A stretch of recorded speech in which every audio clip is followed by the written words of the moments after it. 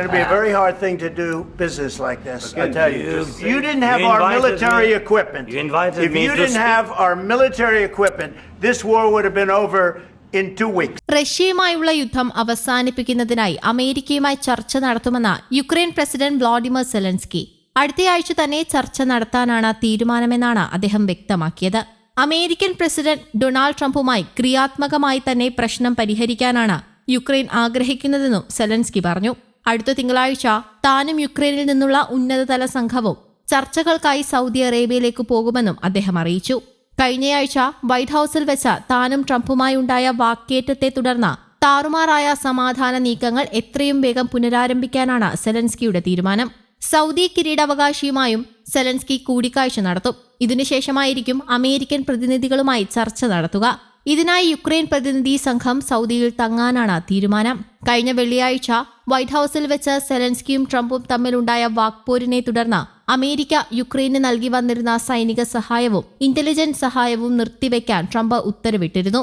ഈ 2 തീരുമാനങ്ങളും വലിയ തിരിച്ചടിയായി മാറുമെന്ന് മനസ്സിലാക്കിയ സന്ദർഭത്തിലാണ് സെലൻസ്കി വീണ്ടും സമാധാന ചർച്ചകൾക്കായി തയ്യാറായിരിക്കുന്നത്.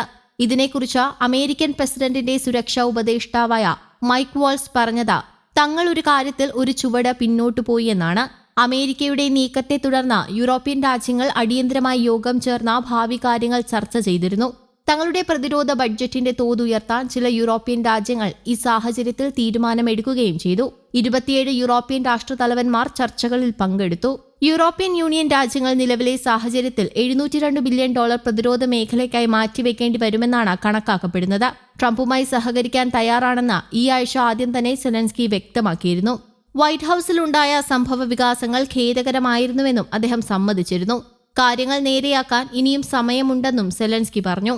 യുദ്ധം നീണ്ടുപോകാനല്ല, സമാധാനം കൈവരുത്താനാണ് യുക്രൈൻ ആഗ്രഹിക്കുന്നതെന്നും അദ്ദേഹം ചൂണ്ടിക്കാട്ടി. ട്രംപിന്റെ ശക്തമായ നേതൃത്വത്തിൽ സമാധാനം കൈവരുത്തുന്നതിനായി നടത്തുന്ന എല്ലാ ശ്രമങ്ങളിലും യുക്രൈൻ സജീവമായി പങ്കെടുക്കുമെന്നാണ് സെലൻസ്കി പറയുന്നത്. റഷ്യ പിടികൂടിയ യുക്രൈൻകാരെ മോചിപ്പിക്കുക, ഒപ്പം റഷ്യയുടെ ഭാഗത്തു നിന്ന് വ്യോമാക്രമണം നടത്തുന്നത് നിർത്തിവെക്കുക, ഈ ആവശ്യങ്ങളും സെലൻസ്കി മുന്നോട്ട് വെച്ചിട്ടുണ്ട്. നേരത്തെ അമേരിക്ക നൽകിയ എല്ലാ സഹായങ്ങൾക്കും യുക്രൈന് നന്ദിയുണ്ടെന്നും അദ്ദേഹം കൂട്ടിച്ചേർത്തു. അതേസമയം കാനഡയെയും മെക്സിക്കോയെയും ലക്ഷ്യം വെച്ച് പ്രഖ്യാപിച്ച അധിക തീരുവ നടപ്പാക്കുന്നത് നീട്ടിവെച്ച വിപണിയെ വലിയ തോതിൽ ബാധിച്ചിരുന്നു. ഈ സാഹചര്യം പണപ്പെരുപ്പം വർദ്ധിപ്പിക്കുമെന്നും അമേരിക്കയുടെ സാമ്പത്തിക വളർച്ചയെ ബാധിക്കുമെന്നും സാമ്പത്തിക വിദഗ്ധർ മുന്നറിയിപ്പ് നൽകുകയും ചെയ്തു. ഇതോടെ ട്രംപ് തീരുവ പ്രഖ്യാപനം നടപ്പാക്കുന്നത് ഏപ്രിൽ 2 വരെ നീട്ടിവെക്കുകയായിരുന്നു. തീരുവ നടപ്പാക്കുന്നത് വൈകിപ്പിക്കുന്നതുമായി ബന്ധപ്പെട്ട ഉത്തരവിൽ വ്യാഴാഴ്ചയാണ് ട്രംപ് ഒപ്പുവെച്ചത്. വിപണിയിലെ പ്രതിസന്ധിയുമായി ബന്ധപ്പെട്ടാണ് തീരുമാനം നീട്ടിവെച്ചതെന്ന സൂചനകൾ ട്രംപ് തള്ളിക്കളഞ്ഞു.